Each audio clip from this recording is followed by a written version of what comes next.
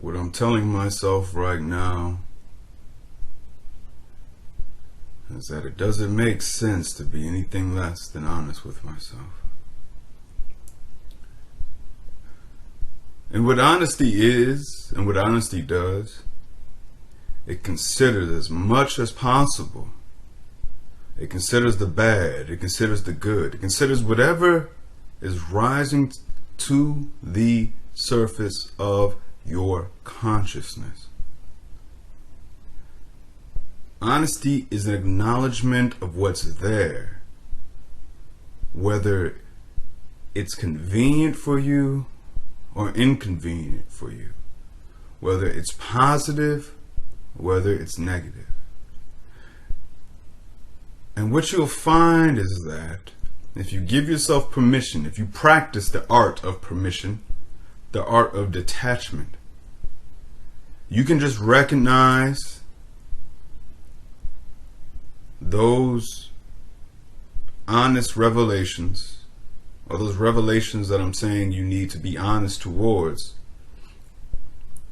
You can recognize them as what they are and not identify with them. They aren't necessarily you. Your sadness is not necessarily you. Your disappointment doesn't have to be you. Your anger, your weakness, your strengths, your good thoughts, your bad thoughts, your impatient thoughts, you don't have to be so close to them that they're tattooed across your spirit, at least in certain moments. What do we say when we get angry? I'm angry. But there's another way to look at it. You can feel that anger is just a form of energy. It's possible.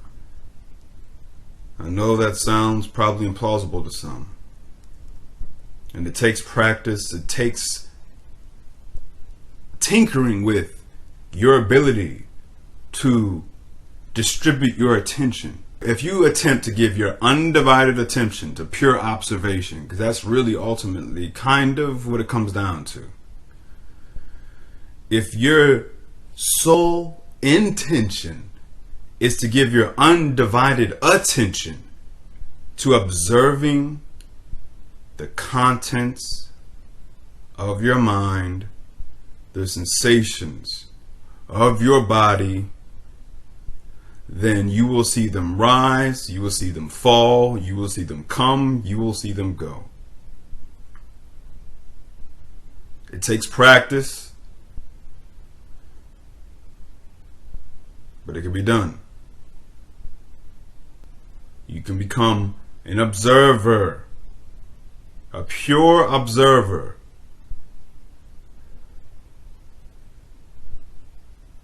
And when your body wants to take action, as you've seen it take action with all those movements, you can surrender. You can give it permission to move about the way that it wants, so to speak. You're still you. You're just flexing a particular muscle and trying to relax the other ones. There's so many other activated mental muscles that we just can't stop, that we can't stop using. I repeatedly go back to that Lupita Nyong'o statement. I've heard it before as well, but she, I think, was just completely on point with what she said when it came to her experience with this meditation retreat. She was speaking about observing the contents of the mind as a pedestrian observing traffic. My thoughts, they are just rolling in and fading out, as if it's just like, as if it was traffic. The loudness of the car, as it gets closer, reaches a peak, and then it digresses as it goes away. And that's the same thing with my thoughts at this moment. It's just noise.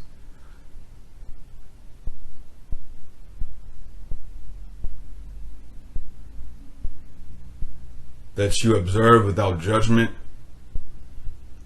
that you observe without any other intention except to observe it. A sensation in my neck, a stiffness in my back. That's why I also call this a form of body listening. Listen. How can you know someone else until you know yourself? How can you be honest with other people? How can you see other people clearly unless you are able to see yourself clearly? The aspiration here is not perfection. The aspiration here is just at the very least a decent amount of competence.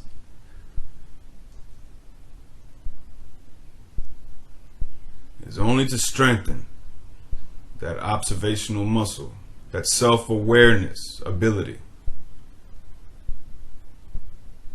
For your sake, and then, as a result, for the sake of others as well. I'm grateful for these moments where my body doesn't want to go all over the place, where it doesn't go into exorcist mode.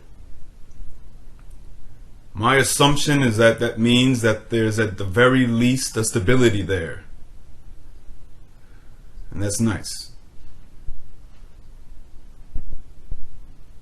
I do myself a disservice by constantly resenting the fact that I need to even do this. That's because, despite my best efforts, the spoiled brat still exists within me. The one who feels as if enough is enough. I should have done enough already. I should be where I need to be already. Why am I not where I need to be already? Don't I deserve it? Haven't I worked hard enough for it? Why must more work be done? Why must maintenance need to be executed? Just let me have it. Just let me have it. Spoiled brat. Life never told us it had to be anything other than what it is. Our chemistry never told us it had to be anything other than what it is. It is our sense of entitlement, and it is our human arrogance, this hubris we have as humans, that we feel we don't need to do some of the more abnormal things for the sake of our stability. Because we see that you can just eat like shit and be okay. But are you okay? We see that you can just sleep like shit and be okay. But are you okay? We see that we can just talk out the ass with each other and still have good relationships. But are they good? We don't want to accept that there's forces within us that dictate our appetites, for better or for worse. And we can choose which appetites we want to feed. We can choose which hungers we want to appease. Which hunger are you feeding? Are you feeding that superficial hunger? That hunger we all have to be around those who have an outward appearance of beauty, of status?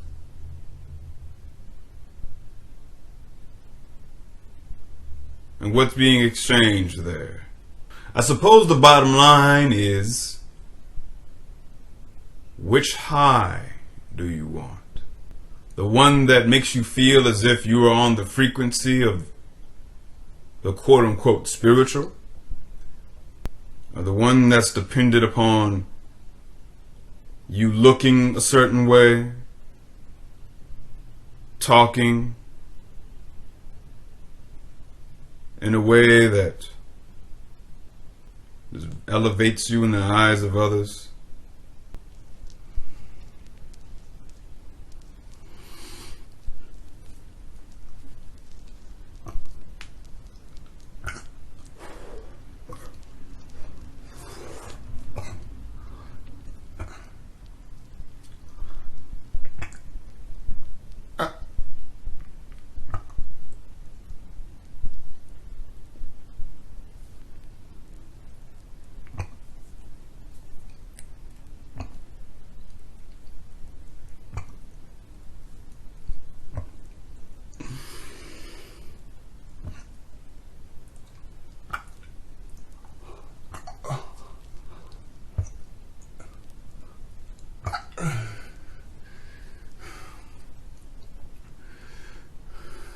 don't deserve this. I don't deserve it.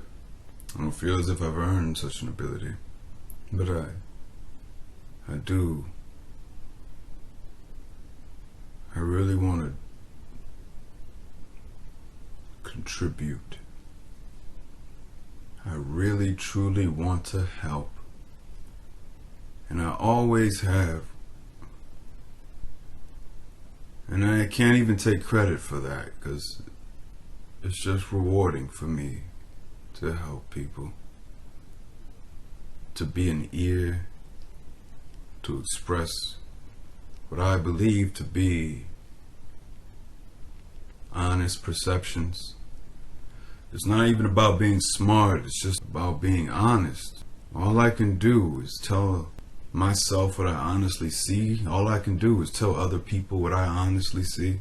I may be wrong, I might be right, but damn it if I won't be true. Damn it if I'm not gonna continue to strive to be true. Maybe it doesn't happen to other people, maybe it doesn't happen to y'all, but I am suffocated by self-deception. Self-deception eats me alive. It has nothing to do with being perfect. It has nothing to do with being superior. It only has everything to do with being a force of truth, a force of honesty. A person who seeks to consider as much as possible, digest all those considerations, and then outputs it. It's that fucking simple. It's that fucking simple. It's exhausting. It can cause a lot of strife and tension with the people in your life, but fuck, it rewards me at a deep, profound level. I'm at odds with this world as a result of that. But I'm not willing to concede to this world as a result of that. I'm not willing to force myself to be compatible with this world as a result of that. There's nothing I see from anyone that's enviable. There's nothing I see from anyone that makes me say, oh, I want that. There's nothing.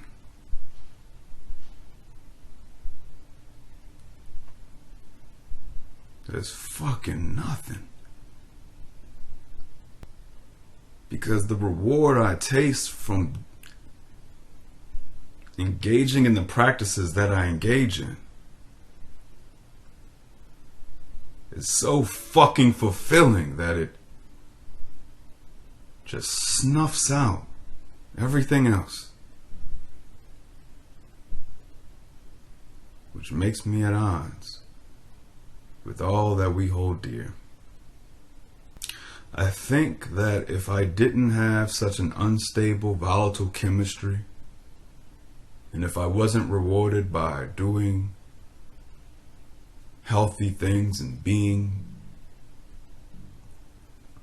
if I was not rewarded by being so committed to self-honesty and to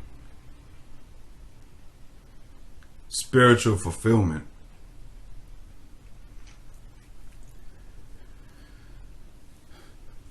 maybe then I'd see what all the fuss was about.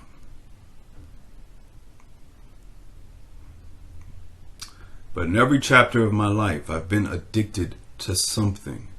In every chapter of my life, I have buried my head into some form of heightened stimulation, whether it be women, whether it be sweets, whether it be video games. Thank God I wasn't introduced to hard drugs at a young age, because I would absolutely be an addict. Because I am an addict.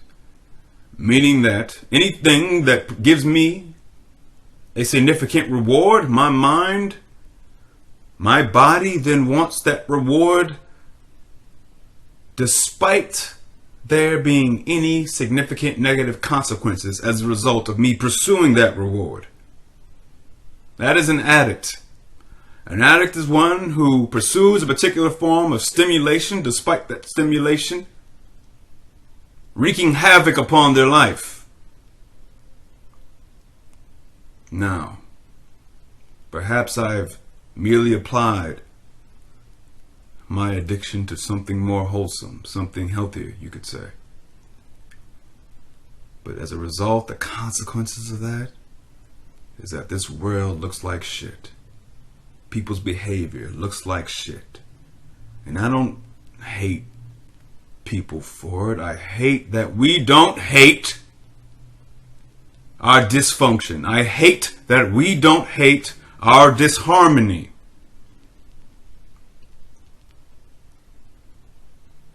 I hate that we act as if to recognize our flaws, to recognize our deceptions, to recognize our bullshit. I hate that we feel as though we lose something.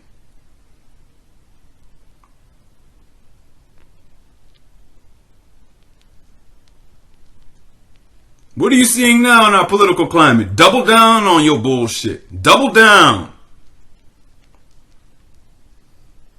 People are jaded. People are tired. People are mentally clouded.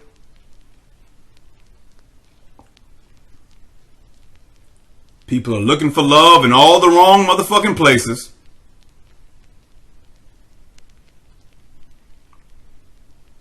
But I still have hope. Actually. Because every time I speak to a stranger, every motherfucking time I speak to a stranger, they see what I'm talking about, and they confess that they do want something more. It is revealed to them in that moment that they sure do have an appetite for the vulnerable, the wholehearted, the transparent, the more fulfilling forms of interaction. They have an appetite for it, a thirst for it. But you don't miss what you're not getting. But you're reminded of what you're not getting when you get it. But I digress. I feel great. This shit is fucking beautiful. So, alright, y'all. I love you all. Thanks for being with me. Peace out.